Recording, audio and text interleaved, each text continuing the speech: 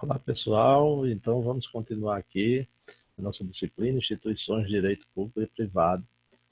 Conforme já começamos a conversar direito, trazendo um pouco do conceito do direito, das acepções da palavra direito, da finalidade, dos objetivos, enfim. E na última aula nós falamos na teoria tridimensional do direito. A teoria tridimensional do direito é aquela em que nós temos os três aspectos principais do direito dentro do contexto de cada sistema jurídico.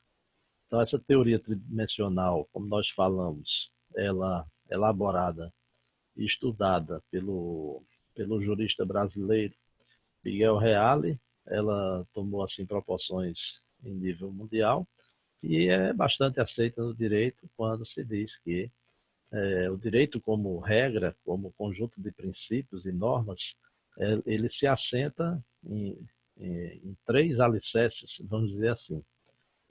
Para que haja a incidência do direito, tem que haver, em primeiro lugar, uma norma que vai dizer qual é qual é o direito positivo a ser usado, né?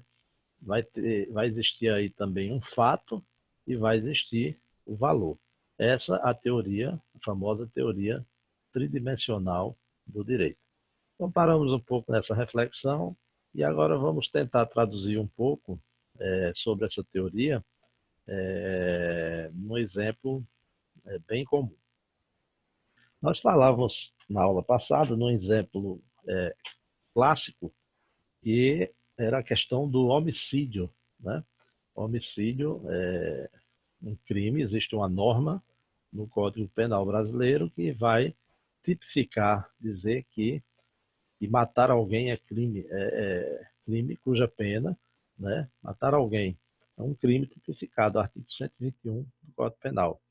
E aí traz o preceito, traz a regra e traz as suas sanções, ou seja, a punição. Mas essa norma ela pode ser levada, ter um valor, uma valoração maior ou menor quando a gente fala das agravantes, das atenuantes, né, das qualificadoras de um crime. E eu citava o exemplo de um homicídio, a pessoa matar alguém em legítima defesa. É diferente de um homicídio quando a pessoa mata com instinto de perversidade, né, esquarteja o corpo, esconde, leva para um local, enterra, toca fogo.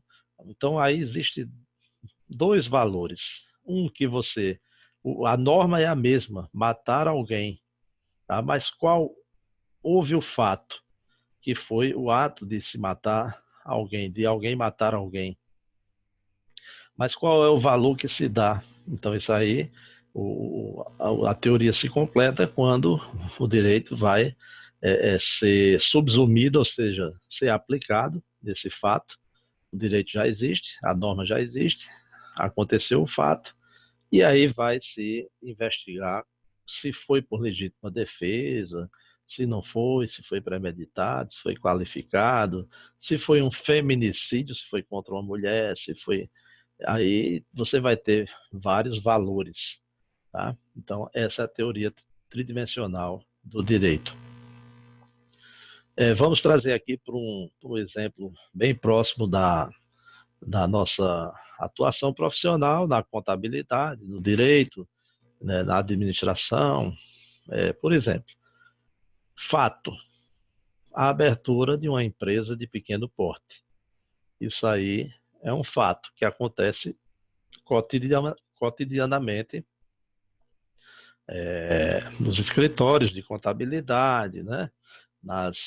Nos sistemas de abertura de empresa, tá? Existe uma norma, então você já viu o primeiro alicerce da teoria tridimensional, o fato.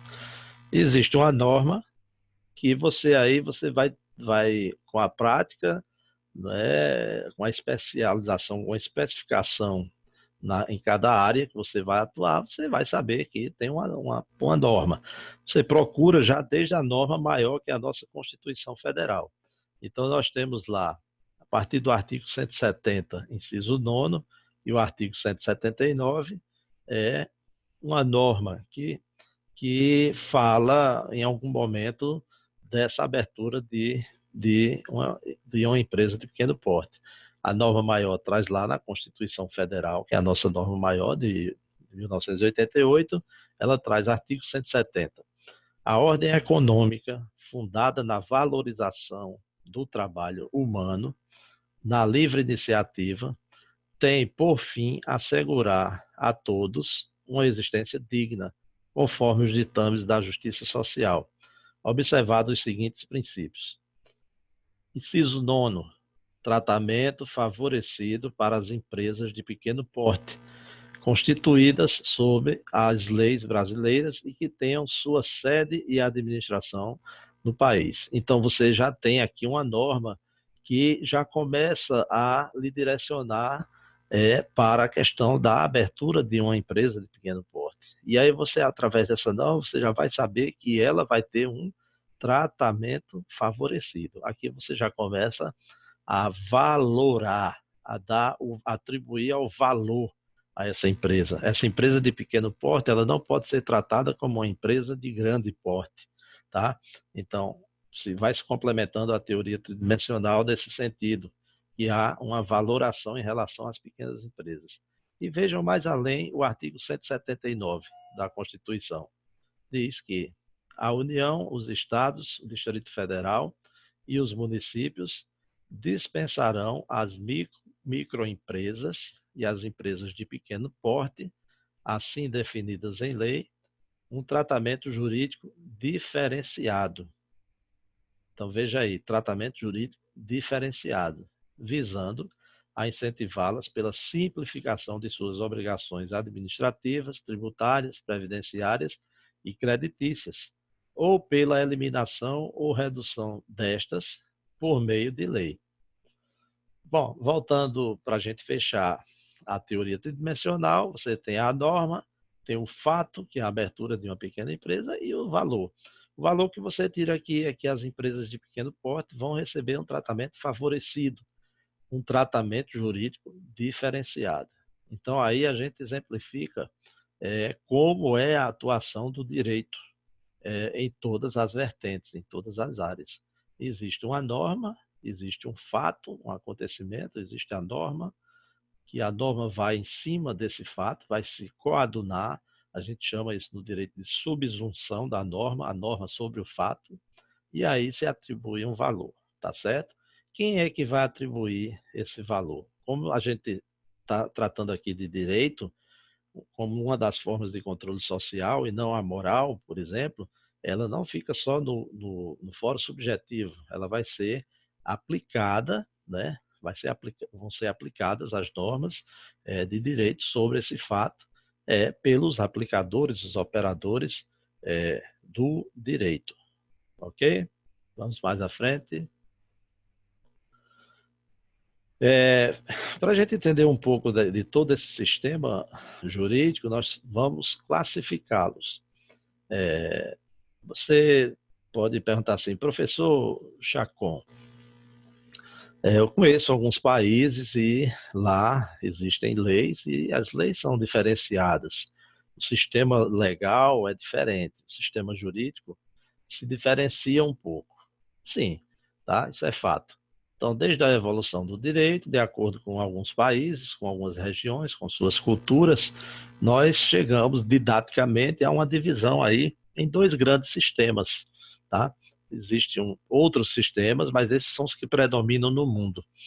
O sistema romano-germânico, os chamados civil law, tá certo? Que é o sistema mais disseminado no mundo, é o sistema mais usado no mundo. Esse sistema tem uma característica própria que vai ser o império da lei, ou seja, a lei é quem está acima nas aplicações do direito.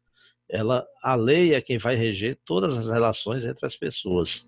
Então veja que já predomina nesse sistema romano-germânico, ou do civil law, da lei civil, é a lei. A lei é qualquer caso que seja apresentado administrativamente ou judicialmente, a primeira argumentação, a primeira fundamentação deve ser procurada na lei, começando da lei maior, da Constituição Federal, até as menores, né, as leis infraconstitucionais, as leis ordinárias, complementares, enfim, todas as leis que nós temos.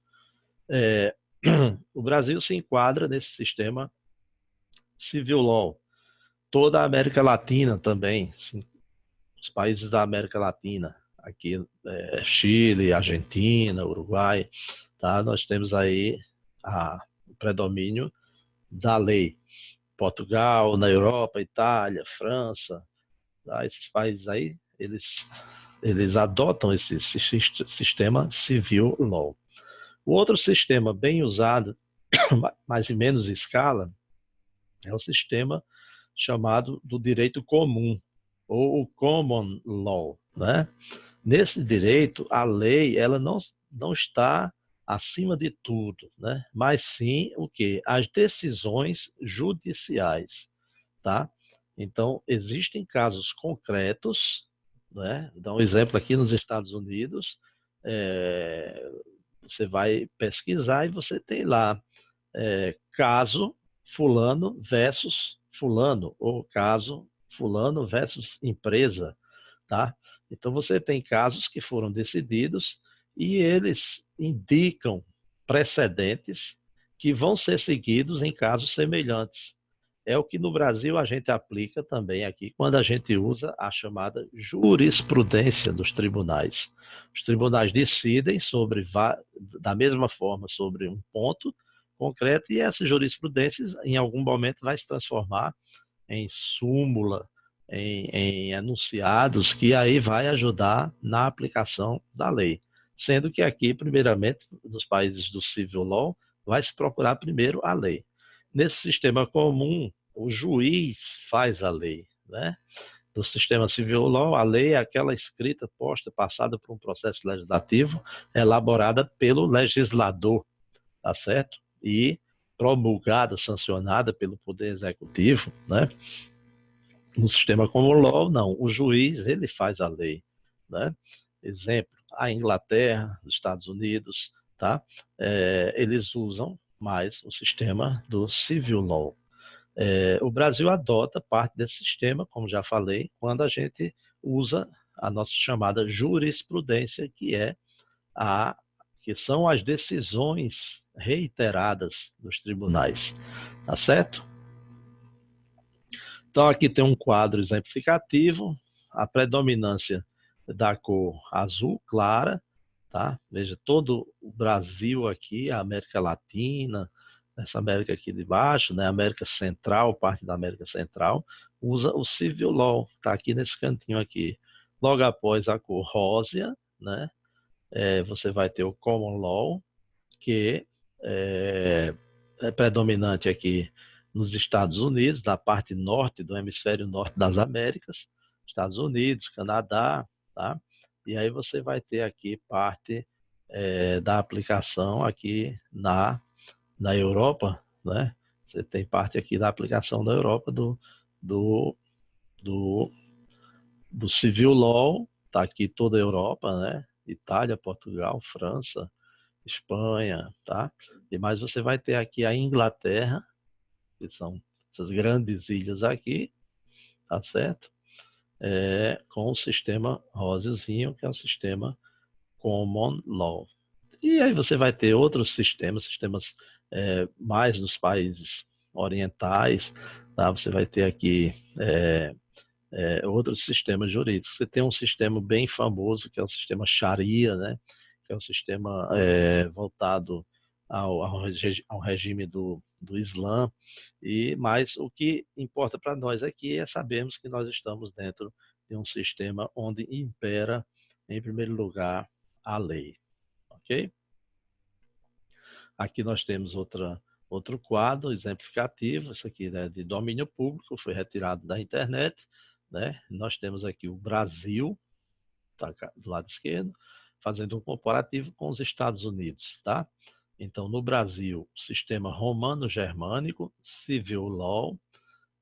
Nos países de língua inglesa, predominantemente Inglaterra e Estados Unidos, nós temos o common law, tá?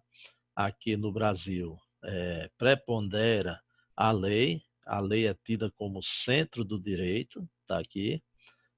Existem os códigos, as codificações, como nós falamos na aula passada, das leis, como ponto de partida, tá certo?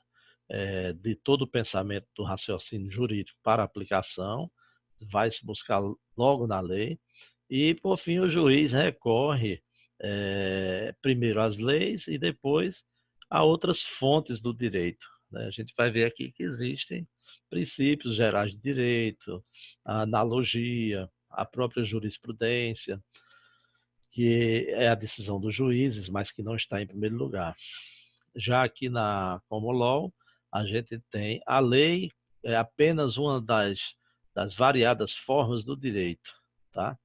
As decisões são baseadas em casos passados, certo? E nós temos aqui a ajuda da jurisprudência, né? Com os acontecimentos e com os casos já decididos. No Brasil, como a gente trata do sistema civil law, nós temos uma pirâmide, né, de hierarquia de leis, cuja, é, cujo ápice da pirâmide, o ponto mais alto, está a maior lei do país, que é a Constituição Federal. No nosso caso, é uma Constituição promulgada, escrita, dogmática, analítica, rígida, formal e solene, tá? A Constituição de 1988. Nós temos aqui, descendo aqui a, a pirâmide, nós vamos ter tratados internacionais sobre direitos humanos, que aí eles, quando o Brasil ratifica esses acordos internacionais, eles têm aqui um status de uma emenda constitucional, tá? Então, a Constituição Federal ela só pode ser mudada através das chamadas emendas constitucionais, né? Começa-se aí os projetos, as chamadas PECs, para se mudar. Ultimamente a gente teve aqui a reforma da Previdência no Brasil através de uma PEC, né? Para mudar a Constituição. E abaixo, descendo, nós temos aqui os tratados internacionais, as leis complementares, as leis ordinárias, leis delegadas, decretos legislativos, resoluções e medidas provisórias no meio aqui da hierarquia. Já descendo aqui para a base, decretos regulares, normas individuais, que são os contratos, as sentenças de declaração unilateral de vontade, e, por fim, últimas normas, né, como as normas administrativas, portarias, circulares, etc., né? Aqui você vai ter os três poderes, o legislativo, dizendo aqui, eu faço as leis, o judiciário, eu aplico as leis, e o executivo, né, eu administro, tá certo? Então, nós temos esse nosso sistema aí, e a maior fonte do direito no nosso país é a Constituição Federal, o sistema civil law, em detrimento de um sistema americano, inglês, baseado mais nas decisões. E aí, por fim, nós chegamos aos ramos do direito, no final dessa primeira aula das notas introdutórias da nossa disciplina, falando dos ramos do direito. Falava que o direito é como uma árvore, tem seus ramos, né? Tem seu corpo, enfim, nós temos aí os ramos do direito. O direito pode ser subdividido em direito natural e o direito positivo. O direito natural, ele nasce a partir do momento em que surge o homem, aparece naturalmente para regular a vida humana em sociedade, de acordo com as regras da natureza. Então, tem a corrente dos defensores do direito natural, que é aquele direito que nasce, vem com a evolução dos anos, mas já nasce lá nos princípios do tempo, ainda não existiam normas escritas, regras, né? Mas vem aquele direito que começa a regular a vida humana. É, por exemplo, a verdade, falar a verdade, né? Dizer a verdade, não mentir. Isso aí vem de muitos anos, desde o começo dos tempos, né? Com o direito natural. O direito de ir e vir, tá certo? Então, os justnaturalistas, que são os que defendem, entendem que a lei deve ser justa para ser lei. Se uma lei for considerada injusta, ela não será uma lei, vamos dizer assim, natural, de direito natural. Ela não terá uma validade, tá? Então, o naturalismo, ele estabelece o que é bom. O que é bom. São normas mais, vamos dizer assim, subjetivas, né? Subjetivas. Esse direito, ele passa a ser positivado, tá? Ele passa a ser positivado, escrito, né? Quando o Estado vai editar normas, novas leis que vão aparecer. Por exemplo, você tem uma lei aí das micro e pequenas empresas, não existia, a Constituição de 88 traz, né, esse favorecimento, e aí novas leis começam a surgir. Tá? Então, o direito começa a sair de um ambiente apenas natural do pensamento, das ideias, para a positivação, ou seja, o feitio, né, do direito pelo o Estado. O Estado, no caso aqui, representado pelos seus poderes, tá? Então, tipicamente, o Poder Legislativo faz as normas, recebe os projetos, elabora, mas também o Executivo tem suas normas internas, né? Suas normatizações, assim como o Poder Judiciário também.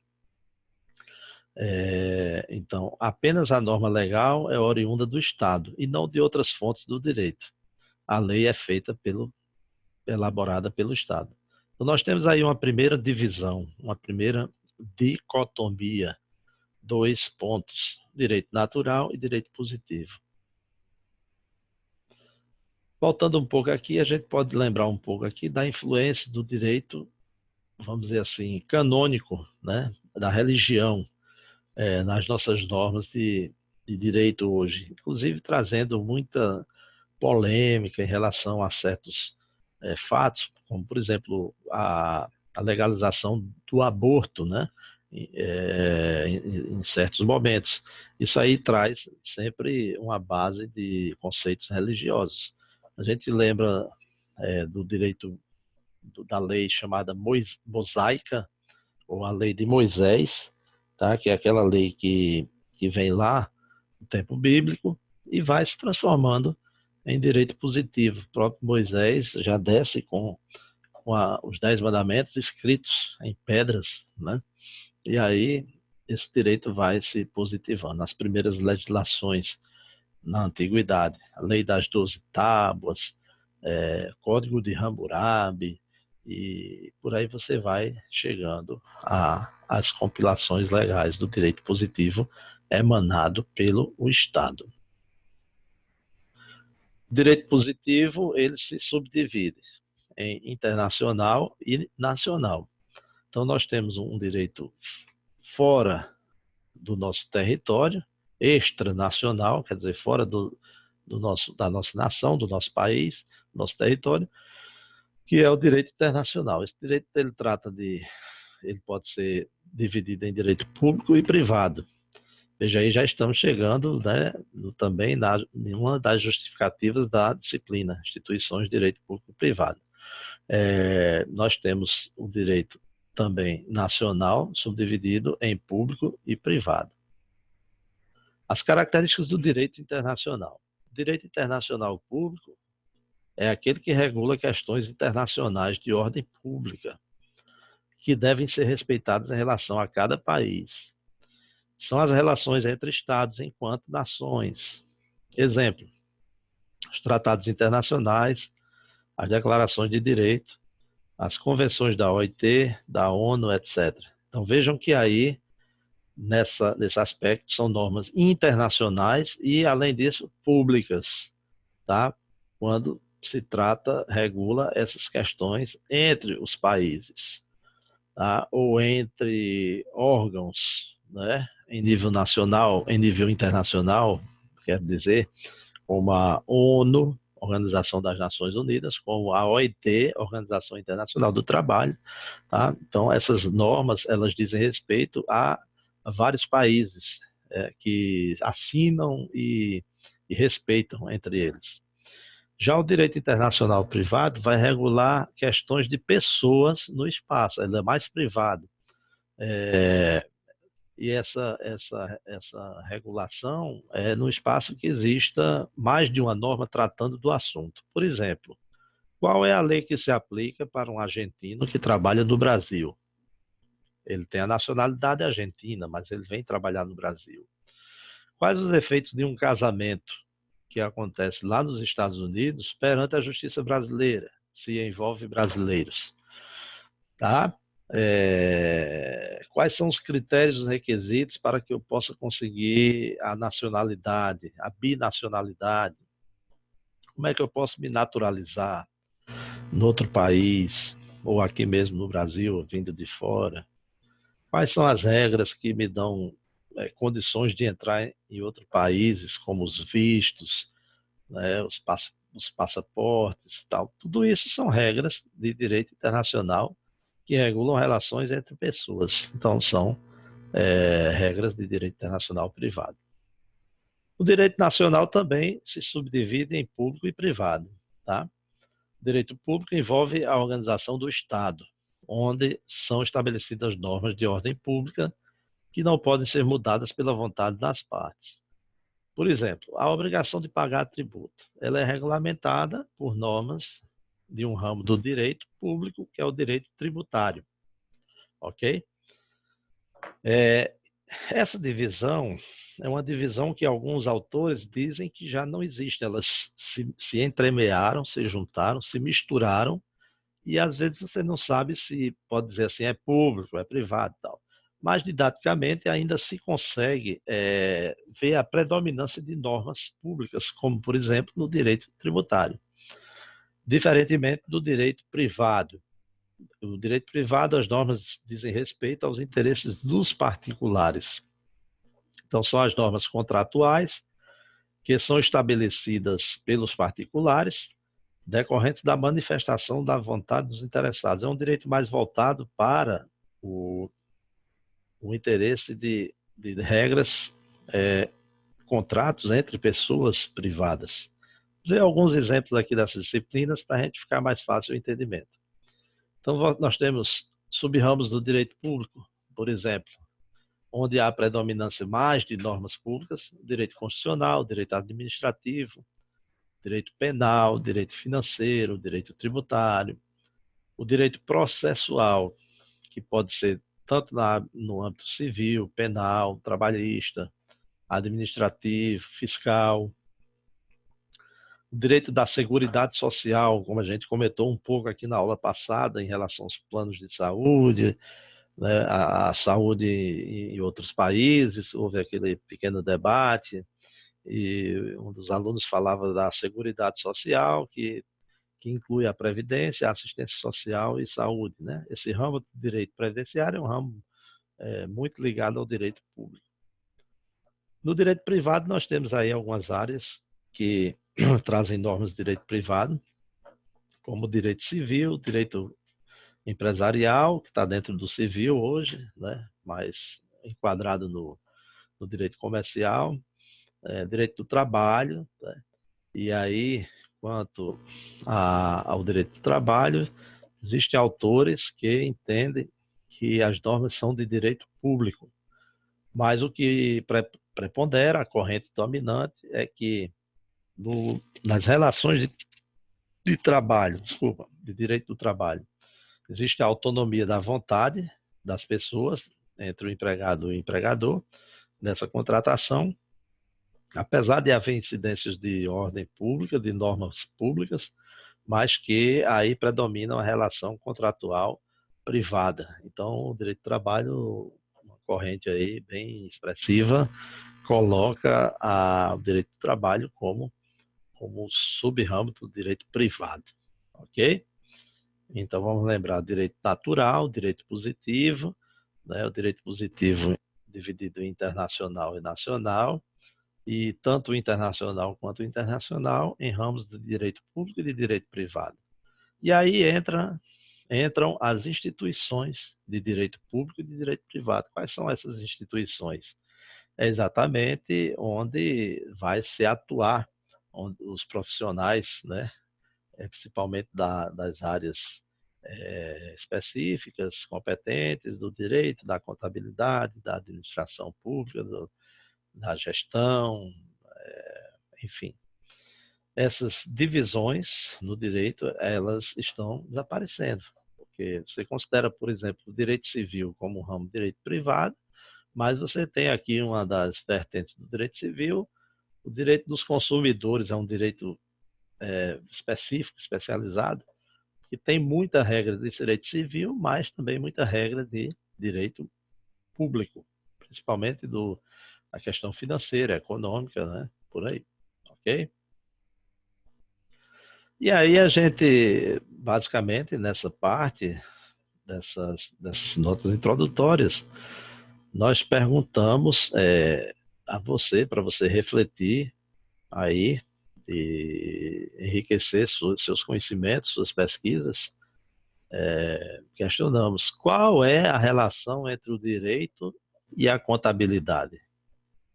Existe essa relação, esse relacionamento aí, né?